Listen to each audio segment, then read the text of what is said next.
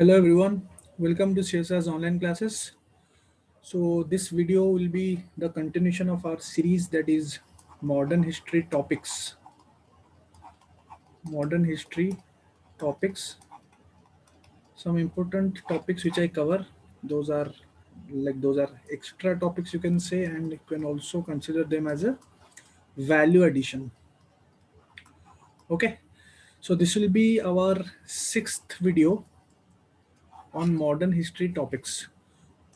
We have covered five topics.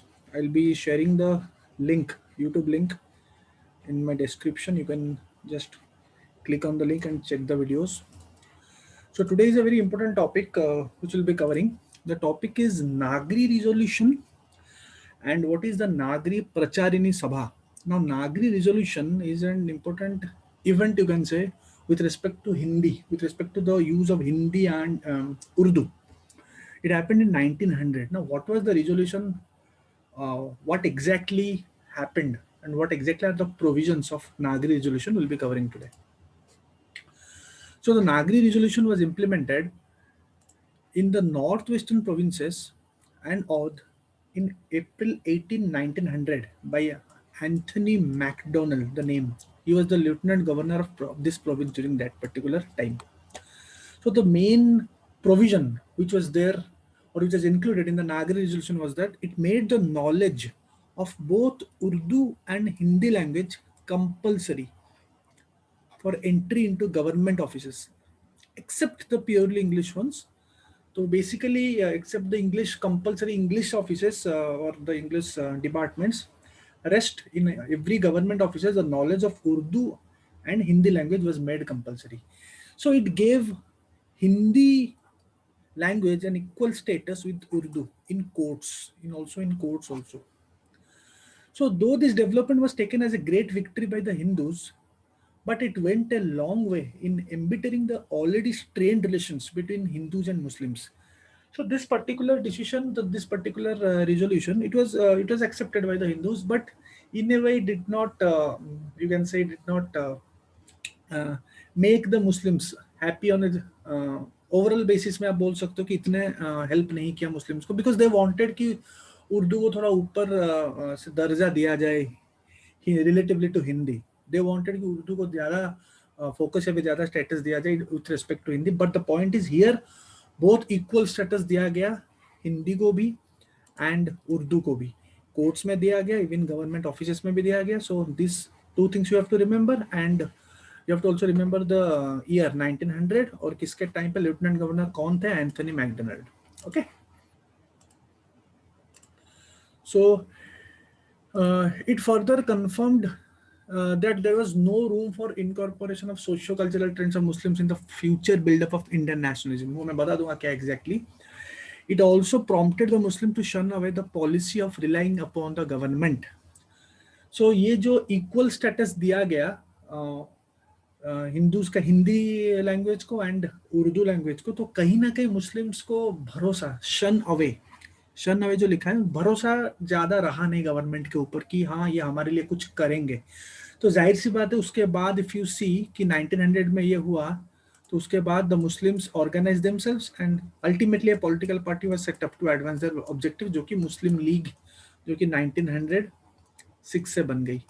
तो उससे पहले जो कुछ इवेंट्स है वहां से कहीं ना कहीं मुस्लिम्स को पता चल गया कि हाँ हमको कुछ ज्यादा इक्वली दिया जा रहा है हिंदूज के साथ, लेकिन कुछ ज्यादा हमको नहीं दिया जा रहा है. सो हमको एक अलग से पॉलिटिकल पार्टी बनाना पड़ेगा to empower our own community.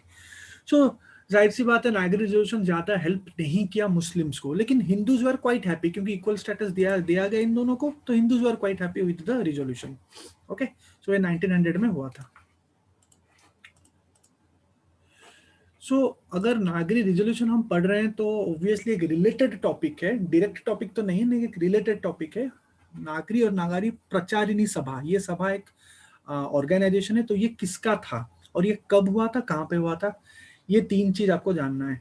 नागरी प्रचारिणी सभा, जिसको हम सोसाइटी फॉर प्रमोशन ऑफ नागरी, जो नागरी स्क्रिप्ट बोलते हैं, नागरी स्क्रिप्ट जो बोलते हैं, was an organisation founded in 1893 at Varanasi, Varanasi में हुआ था for the promotion of the Devanagari script. Okay, ये तीन स्टूडेंट्स एक पर्टिकुलर कॉलेज में, तीन स्टूडेंट्स ने इसको फाउंड किया था ये सभा को।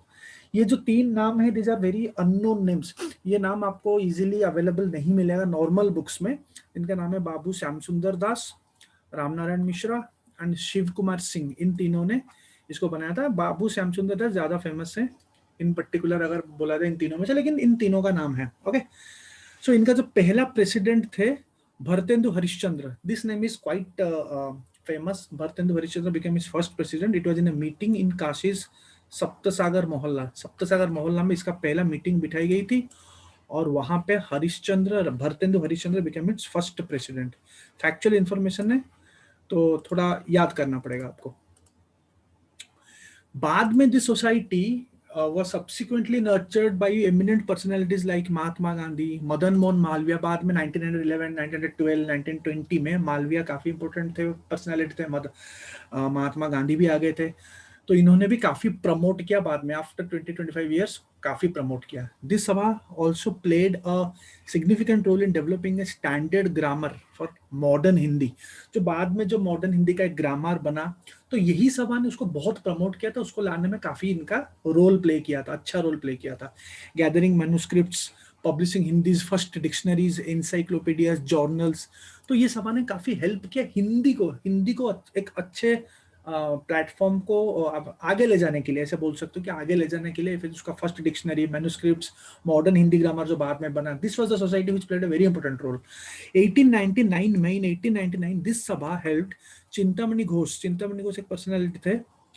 The proprietor of the Indian press establish Saraswati as the first Hindi monthly magazine. 1899 में सरस्वती करके एक फर्स्ट हिंदी मंथली मैगजीन आई थी, जिनको चिंतामणि घोष ने लाया था। तो इसी सभा ने हेल्प किया था, इसी सभा ने, this particular sabha help Chintamani Ghosh.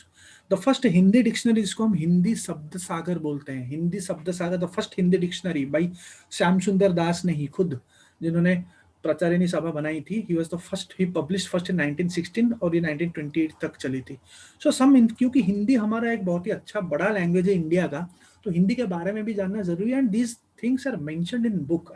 ये सब चीज मैं कुछ बाहर से नहीं लाया हूँ, कुछ इंटरनेट से लाया हूँ, कुछ बुक से लाया हूँ। सुमित सर का जैसे बुक है, ये सब मेंशन्ड है। मतलब ये प्रचारिणी सभा के बारे में सब कुछ तो इन्फॉर्मेशन अवेलेबल नहीं है बुक में, लेकिन these words are mentioned in a particular relevant चीज, relevant event में ये mention किया गया है। so it's a duty to cover it, क्योंकि बुक में है। अगर बुक में नहीं होता तो जाहिर सी बात हमको मिलता नहीं, लेकिन बुक में है। these all things are mentioned in book। Okay, तो यहाँ पे सरस्वती के बारे में आपको याद करना है, हिंदी शब्द सागर के बारे में याद करना है, उनका ईयर याद करना है। सो ये क्वेश्चन एक है related to that only, who among the following founded the Nagari Pracharini Sabha in 1893। Same question है। देखिए, आप अगर इस क्वेश्चन को देखोगे, अगर ये question, this kind of question comes जहां पे तीन ऑप्शन ऐसे रहेंगे जो कि बहुत ही कॉमन रहेंगे, मालवीय, तिलक एंड गांधी, बहुत ही कॉमन रहेंगे।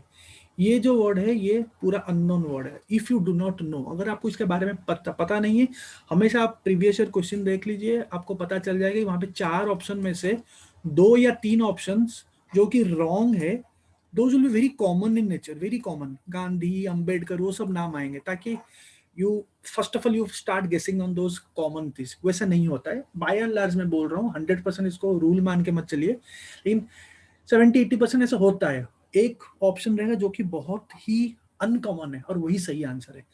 आप इसको रूल बना के मत कीजिए, मैं बस बोल रहा हूँ क्योंकि क्वेश्चन ऐसे ही आते हैं। So it's better if you study and go, तो आपको ये रूल बनाने की जरूरत भी नहीं है। तो ये क्वेश्चन था जिसका आंसर होगा श्याम सुंदर दास, जो हमने अभी इसको बारे में पढ़ा अभी। सो दैट्स इट, छोटा सा वीडियो था ये। I'll be uploading more videos very soon.